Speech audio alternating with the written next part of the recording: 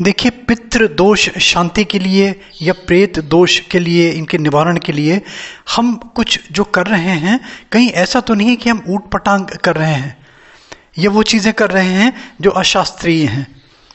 क्योंकि अगर हम उल्टी सीधी ऊट पटांग चीज़ें कर रहे हैं तो ये मान के चलिए कि निश्चित है ये कि पुण्य की जगह हम बहुत सारी ऐसी चीज़ें कमा रहे हैं जो हमें दुर्भाग्य की ओर ले जा रही हैं और कहीं ना कहीं श्रापित कर रही हैं हमें, हमारे जीवन को।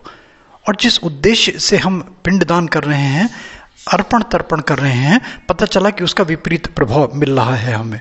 देखिए, जीवात्मा की शांति के लिए कुछ स्थान सुनिश्चित किए गए हैं, कुछ उपाय सुनिश्चित किए गए हैं जो शास्त्रोक्त हैं।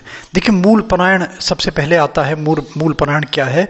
इसके बाद में नारायण बलि आती है, उसके बाद में त्रिपिंड आती है, त्रिपिंडी कहलाती है, त्रिपिंड दान श्राद्ध कहलाता है, श्रीमद् भागवत का आता है और फिर अंत में गया श्राद्ध आता है।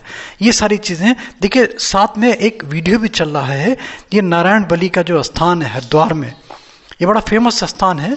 सारे यहाँ जो आस्थावान लोग हैं, सनातनी जो हैं, बहुत दूर से सुदूर देशों से आते हैं।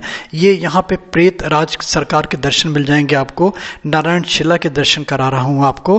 और क्योंकि ये चल रहे हैं, पितृपक्ष श्राद्ध पक्ष चल रहे हैं, भीड़ आप देख ही रहे हैं नारायण शिला की। ये जो स्थान है, ये स्थान मायापुर में कहलाता है, कनखल पड़ता है।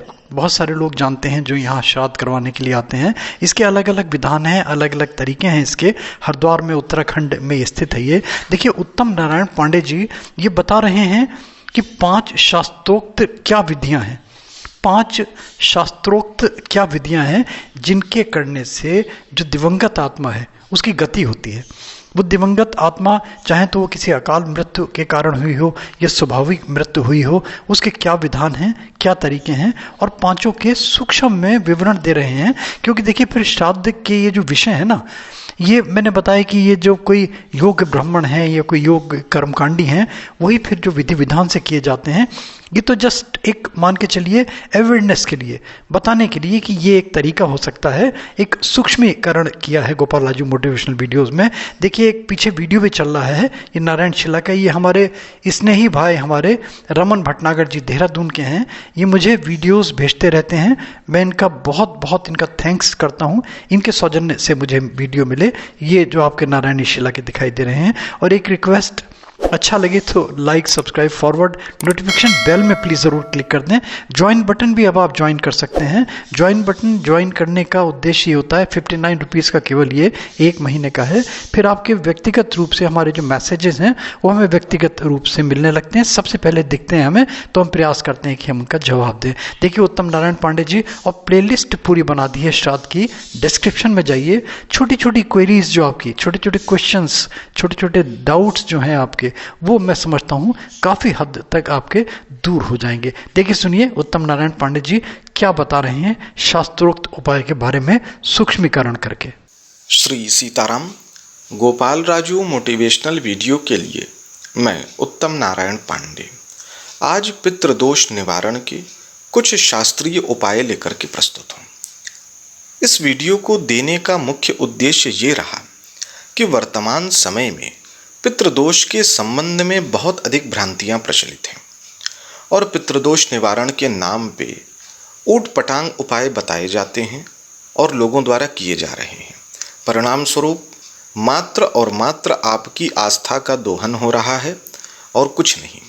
जब ऐसे ऊट पटांग उपायों को और शास्त्रीय उपायों को करने से आपको लाभ नहीं होता तो आपको अश्रद्धा हो जाती है धर्मशास्त्रों पे, विधानों पर, और कुछ समय के बाद व्यक्ति कहने लगता है कि ये सब पाखंड है, झूठ है, कुछ नहीं होता। इसलिए यदि किसी विद्वान ज्योतिषी ने आपको परामर्श दिया है कि आप में पितृदोष है आपकी जन्म कुंडली में, या पितृदोष से संबंधित जो भी लक्षण हैं वो अगर घटित हो रहे हैं, वंशवृद्धि आदि बाधित हो रही है, तो आप कोई प्रामाणिक उपाय करें और उससे लाभ लें। इन प्रामाणिक उपायों में सबसे पहले आता है नारायण बलि। यदि आपके कुलगोत्र वंश में किसी की अकाल मृत्यु हुई है, दुर्मरण हुआ है, यानी कि दुर्घटना में किसी की मृत्यु हो गई, शस्त्र से किसी की मृत्यु हो गई, जहर से किसी की मृत्यु हो गई, किसी हिंसक पशु द्वारा किसी की मृत्यु हो गई, तो ये सब अकाल मृत्यु है। तो यदि किसी विशेष व्यक्ति यानी कोई एक व्यक्ति की ऐसी अकाल मृत्यु हुई है तो उस जीवात्मा की शांति के लिए, उसके प्रेतत्व से मुक्ति के लिए नारायण बलि की जाती है। यदि कर्मकांड के अंतर्गत देखें तो जो मृतक का या प्रेत का जो कर्मकांड किया जाता है उसमें जो 11वां दिन होता है उस दिन ही नारायण बलि होनी चाहिए। लेकिन किसी कारणवश यदि 11वें दिन ना हो पाए तो आपकी सुविधानुसार शीघ्रातिशीघ्र कभी भी कर सकते हैं। तो नारायण बलि करने से उस मृतात्मा को शांति होती है और वो अपने कर्मानुसार आगे की यात्रा पे जाती है।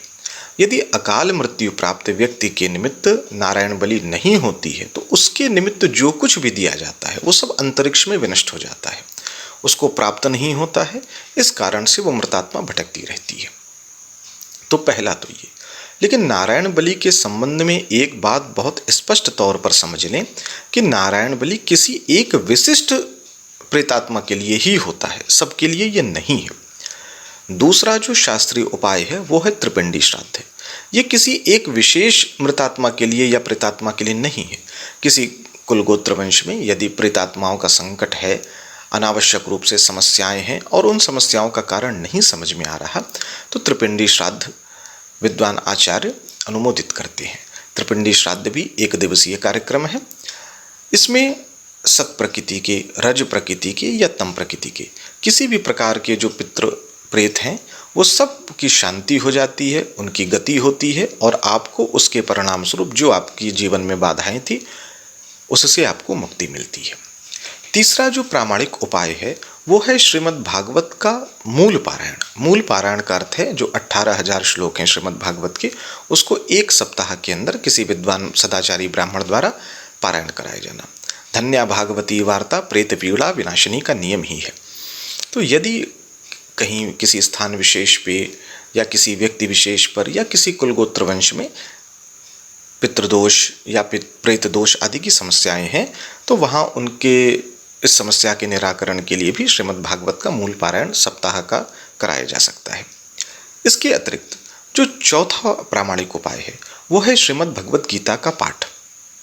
यदि ऐसी कोई समस्या है तो उन पितरों के सद्गति के निमित्त या किसी अगर पितृ के स्थान पे कोई प्रेत भी है तो उसकी सद्गति के निमित्त श्रीमद् भगवत गीता के संपूर्ण 54 पाठ कराए जा सकते हैं। यदि संपूर्ण श्रीमद् भगवत गीता के 54 पाठ होते हैं तो इसका परिणाम भी बहुत सुखद होता है। यदि संपूर्ण पाठ ना हो पाए तो मात्र 7वें अध्याय का यदि 251 पाठ भी करा लिया जाए तो भी परिणाम बहुत सुखद होते हैं। तो या तो संपूर्ण पाठ 54 बार या 7वें अध्याय का 251 पाठ, इन दोनों में से जो भी हो सके वो। और एक अंतिम उपाय बता रहा हूं वो है गया श्राद्ध। यदि आप उपरोक्त में से कुछ नहीं कर सकते तो आप बिहार प्रांत में स्थित गया जाएं, भगवान गदाधर के सानिध्य में अपने पूर्वजों अपने पितरों के निमित्त श्राद्ध करें। भगवान नारायण की कृपा से पितरों को सद्गति प्राप्त होगी और आपके पितृदोष का शमन होगा। तो आशा करता हूँ कि आप इनमें से अपनी क्षमता, अपनी बुद्धि, अपने विवेक के अनुसार कोई एक या एक से अधिक उपायों का आश्रय लेंगे। अपने पितृदोष की संबंध में आपको लाभ हो, ऐसी मेरी बहुत बहुत शुभकामना। सीताराम।